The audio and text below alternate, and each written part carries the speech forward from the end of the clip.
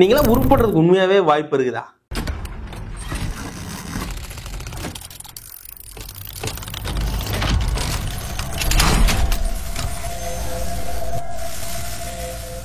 Welcome friends, உங்கள் KK from MEC. என்னன்னா உருப்படுறதுக்கு வாய்ப்பு இருக்குதா போட்டுக்கிறீங்கன்னா சத்தியமா அப்படித்தான் கேட்க தோணுது. ஏன்னா யாரையாவது கூப்பிட்டு தம்பி உனக்கு என்ன தம்பி வேணும் அப்படின்னு கேட்டா தெரியல. தம்பி உனக்கு வேலை வேணுமான்னு தெரியல. ஏதாவது கோர்ஸ் படிக்கணுமா, என்ன கோர்ஸ் படிக்கணும்னு ஆசையா தெரியல. படிச்சு முடிச்சுட்டா என்ன பண்ண போற அப்படின்னு கேட்டா ஐடியா இல்ல சார்.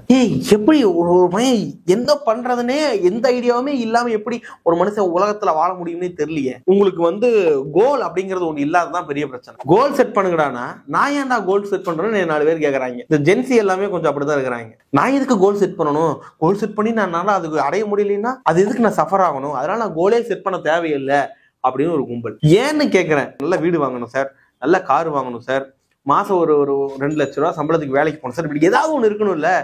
ஆனா இப்படி எதுவுமே இல்லை அப்படின்னு எதையுமே செட் பண்ண மாட்டேன்னா அப்ப எதுக்கு இருக்கணும்னு கேட்கறேன். இந்த பூமியில உயிர் வாழ்றதே அர்த்தமே இல்லாம இருக்குதே. ஒரு ரன்னிங் ரேஸ் ஒண்ணு வைக்கிறாங்க, உங்களுக்கு ஒரு ரன்னிங் ரேஸ் வச்சுட்டாங்க, ஸ்டார்ட் பண்ணாங்க, விசில் அடிச்சாங்க, ஒரு 10 பேர் 1000 பேர் பக்கம் ஓடுறாங்க. ஏதோ ஒரு end point which means goal target அப்படின்னு ஏதாவது இருக்கணும் இல்ல. இல்லைன்னா என்ன பண்ணி வைப்பீங்க?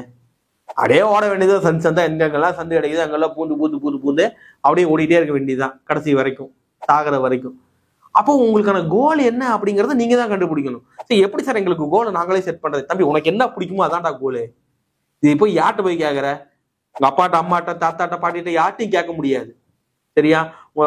யார்ட்டையுமே கேட்காதீங்கன்னு சொல்றேன். உங்க ஃப்ரெண்ட்ஸ் கூட கேட்காத. உனக்கு தெரியும் உனக்கு என்ன வேணும்னு, உனக்கு என்ன பண்ணா பிடிச்சிருக்கு அப்படிங்கிறத. சும்மா இருக்கிறது பிடிச்சிருக்கா அதான் உன் கோல்.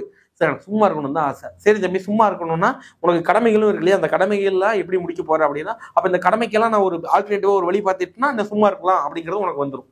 அப்ப அந்த கடமைகள்லாம் ஆல்டர்னேட்டிவா என்ன அப்படிங்கிறத நீ யோசிக்கணும். அவ்வளவுதான். அதுதான் உன்னுடைய வேலை, அதான் உன்னோட ப்ரொஃபஷன், அப்படித்தான் நீ போகணும். அப்ப உனக்கான கோலை நீங்க செட் பண்ற வரைக்கும் நீ எந்த வேலைக்கு போனாலும் எந்த கோர்ஸ் படிச்சாலும் என்னைக்குமே எதுவுமே உனக்கு யூஸ் ஆக போறதே கிடையாது. சும்மா பேருக்கு நானும் அதை படிச்சேன், இதை பண்ணேன் நம்பர்ஸா இல்ல அப்படின்னு புலம்புறதுக்கு வேணா யூஸ் ஆகுமே தவிர நீ கோல் செட் பண்ணாம எதையும் தயவு செய்து நீங்க பண்ணாதீங்க. ஃபர்ஸ்ட் விஷயம் இந்த கோல் செட் பண்றது தான். அது நான் தான் சொல்றேன், நீங்க கோல் செட் பண்றதுக்கு நீங்க ப்ரொஃபஷனலா இருக்கணும் அப்படிங்கிற அவசியமே கிடையாது. உன் ஆசைகள் தான் உனக்கு கோலா அமையும். உன் ஆசைகளை பேஸ் பண்ணி தான் நீ கோலே செட் பண்ணுவ. எனக்கு நல்லா படம் எடுக்கணும்னு ஆசை, டைரக்டர் ஆகணும்னு ஆசை. ஓகே, ஸோ அதுதான் கோல். ஸோ அப்போ டைரக்டர் ஆகணும்னா நீ என்ன பண்ணணும் அப்படிங்கிறதுக்கு ஆல்ரெடி அது உனக்கும் தெரியும். நீ யார்ட்டையுமே கேட்க வேண்டாம். அதுல உனக்கு டவுட் இருக்கா? நான் டைரக்டர் ஆகணுங்க, அதுக்கு என்னங்க வழி அப்படின்னு கேட்டீங்கன்னா சொல்றதுக்கு 1000 பேர் இருக்கிறாங்க. அதை கேளுங்க. யார்ட்டையாவது அந்த ஃபீல்டு எக்ஸ்பர்ட் இருப்பாங்க, அவங்கள்ட்ட போய் கேளுங்க, அவங்க சொல்லி தருவாங்க, சும்மாவே சொல்லுவாங்க. சரியா? ஸோ அப்ப நீங்க கோலை செட் பண்ணா மட்டும்தான் இதை சொல்ல முடியும். அதை விட்டுட்டு நீங்க கோலே செட் பண்ணாம இதை போய் யார்ட்டையும் என்ன கோல் செட் பண்றதுன்னு தெரியாம முழிக்காதீங்க. இப்படி முடிச்சுக்கிட்டு இருந்தா எப்படி நம்ம உருப்படுறது? மெக்கானிக்கல் இன்ஜினியர் படிச்சது போய் ஒரு மிஷின் ஓட்டுறதுக்கு தானா? மிஷின் ஓட்டுறது கூட பரவாயில்லைங்க, ஆனா அதுக்கான சேலரியும் குரோத்தும் இருக்கா? என்ன பண்றது, நம்மளுக்கு அமைஞ்சது அவ்வளவுதான் அப்படின்னு சொல்லிட்டு திருப்பி போய் அதே வேலையை தான் நீங்க எல்லாம் பாக்குறீங்களா? எனக்கு புரியல. எவன் சொன்னா மெக்கானிக்கல் படிச்சு மிஷின் ஓட்டுறது மட்டும் தான் வேலையா? Oil and gas and power செக்டர்ல நம்மளுக்கான ஆப்பர்ச்சுனிட்டிஸும் நிறைய இருக்கு, அதுக்கான குரோத்தும் இருக்கு. இந்த ஆயில் அண்ட் கேஸ் இண்டஸ்ட்ரி ஃபீல்ட்ல welding QC, piping QC, NDT inspector, quality inspector, இந்த மாதிரியான வேலை லோக்கல்லையும் இருக்கு, அப்ராட்லயும் இருக்கு. இந்த ஃபீல்ட்ல என்டர் ஆகிறதுக்கான ஒரு கோர்ஸ் தான் CQI, சர்டிஃபைட் குவாலிட்டி இன்ஸ்பெக்டர். இந்த CQI கோர்ஸ்ல இண்டஸ்ட்ரியல் ஓரியன்டட் பிராக்டிகலான ஒரு ட்ரைனிங் தான் நம்ம MECல கத்து கொடுக்குறோம். 30 நாள் ட்ரைனிங். சும்மா ட்ரைனிங் மட்டும் இல்ல, கையோட வேலையை நீங்க வாங்கிட்டு போயிடலாம். இந்த 30 நாளைக்கான அகாமடேஷனும் லஞ்சும் நாங்க ஃப்ரீயா ப்ரொவைட் பண்றோம். இந்த கோர்ஸை நீங்க ஆன்லைன்ல வீட்டுல உட்காந்தே படிக்க முடியும். ஆனா ஆஃப்லைன்ல நீங்க படிக்கணும் விருப்பப்பட்டா சென்னை அல்லது கோயம்புத்தூர் தான் வரும். இந்த கோர்ஸை என்ரோல் பண்றதுக்கு, மேலும் நம்மளுடைய மற்ற கோர்ஸை பத்தி நீங்க தெரிஞ்சுக்கிறதுக்கு MECcoimbatore.com விசிட் பண்ணுங்க. ஏன்னா நீங்க கொஞ்சம் பின்னாடி எல்லாம் போய் பாத்தீங்கன்னா ஒரு 10-15 வருஷத்துக்கு முன்னாடி எல்லாம் உனக்கு என்ன பண்ணணும், நீ படிச்சு முடிச்சுட்டா உனக்கு பாரு, ஐயோ படிச்சு முடிச்சுட்டு குறைஞ்ச ஒரு 10,000-15,000 சம்பளத்துக்காக நான் வேலைக்கு போகணும்னா ஒரு 10-15 வருஷத்துல டக்குன்னு வந்து கவர்மெண்ட் வேலைக்கு போகலான்னு இருக்கிறேன். ஸோ இந்த பக்கம் பாத்தீங்கன்னா நான் டிப்போ சைடு, டிரான்ஸ்போர்ட் சைடு நான் எக்ஸாம்ஸ் எல்லாம் இருக்குது, அதை எழுதலாம்னு போறேன்.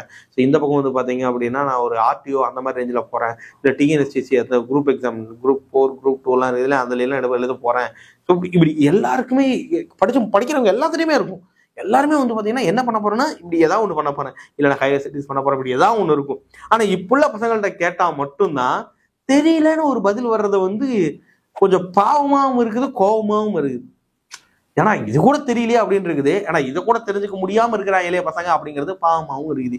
அதனால உங்க கோலை செட் பண்ணுங்க, நீங்க கண்டிப்பா உருப்படலாம். ரொம்ப சிம்பிள். நீங்க வாழ்றதே எப்படி பாத்தீங்க அப்படின்னாலும் ஜாலியா இருக்கிறது தான். சொல்லி பாருங்க, காசு சம்பாதிக்கிறது எதுக்கு? ஜாலியா இருக்கிறதுக்கு, சந்தோஷமா இருக்கணும். சந்தோஷமா இருக்கிறதுக்கு என்ன வேணும்? காசு வேணுங்கிறீங்க. சரி, காசு இருந்தா போதுமானா, ஆமா, காசு இருந்தா தான் வீடு கட்ட முடியும், அப்பதான் நான் சந்தோஷமா இருக்க முடியும். காசு இருந்தா தான் கார் வாங்க முடியும், அப்பதான் சந்தோஷமா இருக்க முடியும். காசு இருந்தா தான் நான் கல்யாணம் பண்ண முடியும், அப்பதான் சந்தோஷமா இருக்க முடியும். இது எல்லாத்துக்குமே பாத்தீங்கன்னா காசு தேவையா தான் இருக்கும். பட் அந்த காசு எதுக்குடா அப்படின்னு கேட்டா, சந்தோஷமா இருக்கிறதுக்கு. எவ்வளோ செலவானாலும் பரவாயில்ல. ஆட்டோகேட், சால்டோஸ், கிரியோ, கேட்டியா, ஆன்சிஸ், ஹைப்பர்மேக்ஸ் இந்த மாதிரி எல்லா சாஃப்ட்வேரையும் படிச்சு முடிச்சுட்டு ஒரு ஏசி ரூமில் உட்காந்து கால் மேலே கால் போட்டு கை நிறைய சம்பளம் வாங்க போகிறேன் இப்படியெல்லாம் யோசிச்சுட்டு இருந்தால் டிசைன் இன்ஜினியர்லாம் ஆக முடியாது. ஏன்னா டிசைன் இன்ஜினியர் ஆகணும் அப்படின்னா உங்களுக்கு வெறுமனே சாஃப்ட்வேர் மட்டும் தெரிஞ்சா பத்தவே பத்தாது. Unit conversion, important formulas, diamond sense எப்படி மார்க் பண்ணணும், GD&T simple, drawing sheet selection, material selection, technical calculation, important formulas, data book reference, reverse engineering, measuring instruments handling, இது எல்லாமே உங்களுக்கு தெரிஞ்சிருக்கும். இது கூட தான் சாஃப்ட்வேரும் தெரிஞ்சிருக்கும். அதே மாதிரி ஒரு டூலை பிராக்டிஸ் பண்ணும்போது சும்மா கலர் கலரா மாடல் மட்டும் பண்ணா பார்த்தாது. அதை மேனுஃபேக்சரிங் பண்றதுக்கான ஒரு டீடைல் டிராயிங்கும் உங்களுக்கு கொடுக்க தெரியும். இதெல்லாம் உங்களுக்கு கத்துக் கொடுக்க நாங்க வச்சிருக்கிற கோர்ஸ் தான் CDE, சர்டிஃபைட் டிசைன் இன்ஜினியர். நான் முதல்ல சொன்ன ஃபண்டமெண்டலும் சாஃப்ட்வேர்ஸும் உங்களுக்கு கத்துக் கொடுக்கறதுக்கு 30 days ட்ரைனிங் இருக்கு. எங்க ட்ரைனிங்ல கண்டிப்பா நீங்க அந்த டிராயிங்கை மேனுஃபேக்சரிங்காக நீங்க கொடுக்குற அளவுக்கு நாங்க தயார் பண்ணுவோம். தயார் பண்ணி அப்படியே அனுப்பிச்சு சும்மா ஒன்றும் அனுப்ப மாட்டோம். இங்கிருந்து நீங்க வெளியே போகும்போது கண்டிப்பா வேலையோட தான் வெளியே போவீங்க. ஓகேவா? அப்ப நீங்க சந்தோஷமா இருக்கணும்னா தான் காசு சம்பாதிக்கணுமே தவிர அந்த சந்தோஷத்தை விட்டுட்டு காசு சம்பாதிக்கிற லெவல்ல போக வேண்டாம்.